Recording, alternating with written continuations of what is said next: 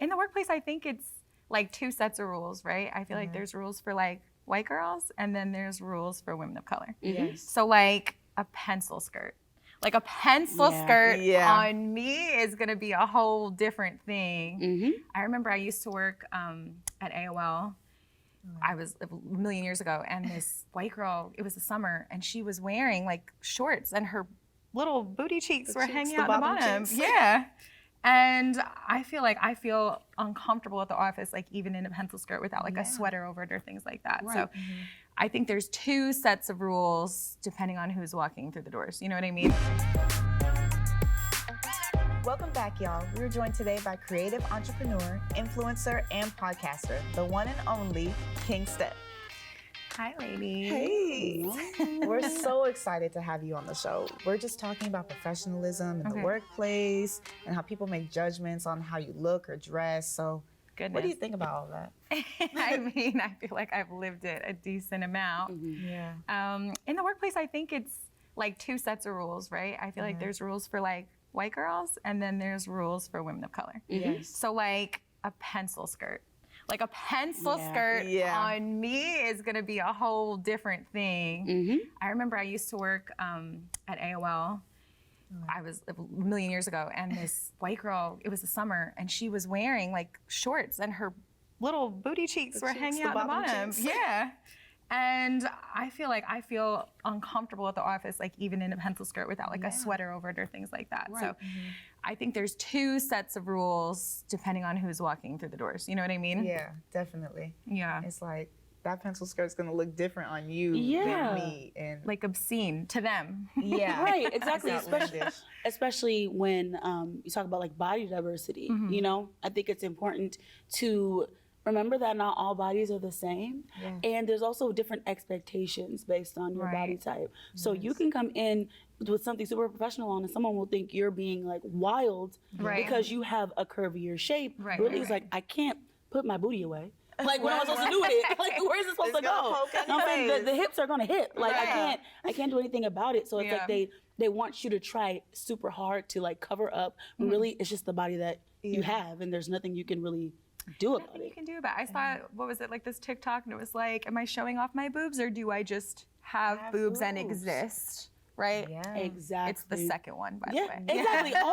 Always that. Where else are they supposed to go? Right. Right. Yeah. So it can be stressful, I think, trying to kind of get around those things and make sure you're like fitting in with the rest of everybody, for sure. Yeah. And I think even too, like, you feel like you have to work even harder to prove that you fit into a space because of how you look or because of the expectations about your ethnicity. Yeah. So it's like, now I have to, you know, be 200 times more on it because they're gonna assume because I'm curvy, because I'm brown, because, you know, my skin is darker, that I am whatever the stereotypes are, you know? So you have to, what is it? There's the phrase, you have to work twice as hard to get half as far. Right. You know? No, that's real. For sure. Yeah. What about this new clean girl? Not new, but this clean girl. It's been around. It's been around. The trend is coming back. It's so funny because I was reading about it, and there was like a guidebook to it, to like what to wear, and I'm like, you just have to look like you showered, kind of. But just wash your face. Yeah, wash your face and moisturizer. Right. It's interesting too because I was also reading about the clean girl aesthetic and how it kind of can kind of like keep women of color out. So like, let's say if you want that fresh face look, no makeup, but like for me, if I get a pimple, I get hyperpigmentation. So hyperpigmentation is a big issue for women of color, Black women. Maybe you feel excluded from that look because of that. So I thought that was an interesting take. It's not something that I had thought of before when it came to that. That is actually a really great point. I never really think about that. Yeah. It's so normalized, I think, for us. Right. That is like, that's just included in the way that my skin looks. But when you do see these images, who are you looking at? Who are you looking at? Right. And then say you do want to get into clean girl beauty. You very rarely see people who look like you when you type it in. If I type in clean girl beauty, it's going to be white girls with blonde hair. Yeah. And hoops. Exactly. There are whole like YouTube videos for like Black women, women of color, the clean girl aesthetic, but I was also reading, it's kind of like a lifestyle. It just feels kind of like this gatekeepy, weird, like I buy Starbucks every morning and walk in my matching set. You know, like it just feels like, I don't know, I feel like it's been done. You put the little stamp on it and repackage it for TikTok and then, you know. So I don't know. I mean, just shower, put on some moisturizer. Exactly. If you want to just a tinted moisturizer, put on some mascara, a little cream blush. I'm not mad at it. No. I get lazy with makeup. Like I don't like this is a little effort. Like I put on lashes. and it looks awesome. If anything, I feel like that kind of fits into like the clean girl look. Right, it's no makeup.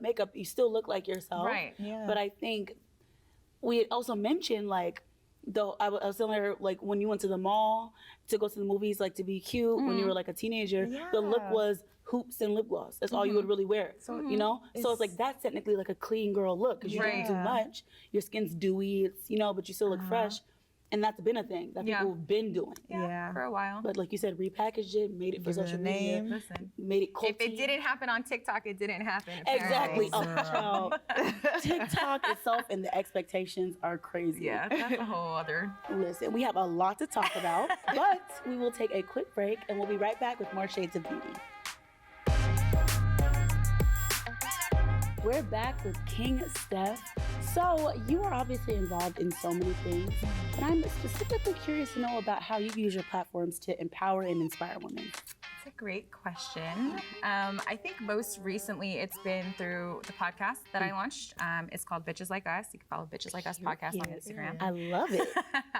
It's kind of like a bad bee guidebook, right? So we would touch on everything from like pop culture ridiculousness, but also, you know, current events, the things that were going on in the world, the things that actually matter. So I know we had episodes on like how to swipe right in terms of online dating, which is like a whole hot mess of a thing. But we also had an episode on like how to glow up after a breakup, or like how to really like inspire self-love. And I think that these things just come from things I had to learn on my own, you know, like so much just like through trial and error and lots of errors. And also coming up kind of on social media. I feel like when I was coming up on social media, it was like when Instagram was first kind of getting popping.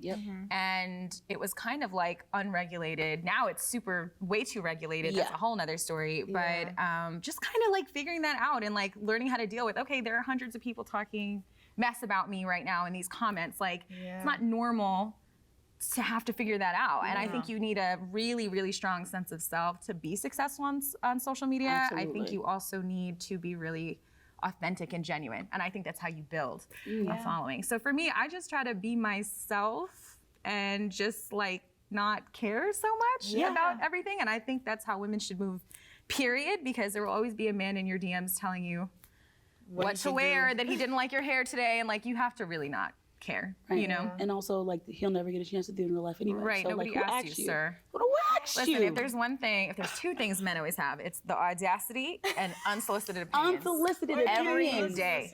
The thing is, they still want to kiss you. So it's like, what do you...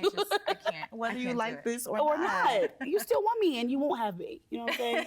No, I think that's beautiful. And I love the duality of you being like gorgeous, like body banging, stunning. Thank you. Also offering a lot to the world in terms of like things of substance. I think that's a duality. And granted, like we love the like IG girls who like look cute, post and their baddies. Do it. But I think also there's so much underneath that people don't know. Yeah, and I think for me, when I was like kind of figuring out my brand, it's always kind of been like the it girl, but doing it smart, right? And like you can be beautiful, whatever, but you can also be intelligent. And it's so funny because I remember this guy commented once on one of my pictures, and he was like, wow, I wish she was smart. And I was like, sir, I have degrees from like Columbia, NYU. And he's like, yeah, right. So it's like, again, you just assume that I was dumb. You just gotta keep it pushing. Like you have to just really know yourself. And but I appreciate that you guys picked up on that, because I do think that women are really put into boxes and you don't have to pick one. You know what I mean? You can be, you know, with your little cheeks out on the beach, and you can have your master's degree and your corporate job and whatever, you know. Honestly, doing both at the same time. Yeah. Be on the beach in online class. Right? You know what I'm saying? You can do working and meditating.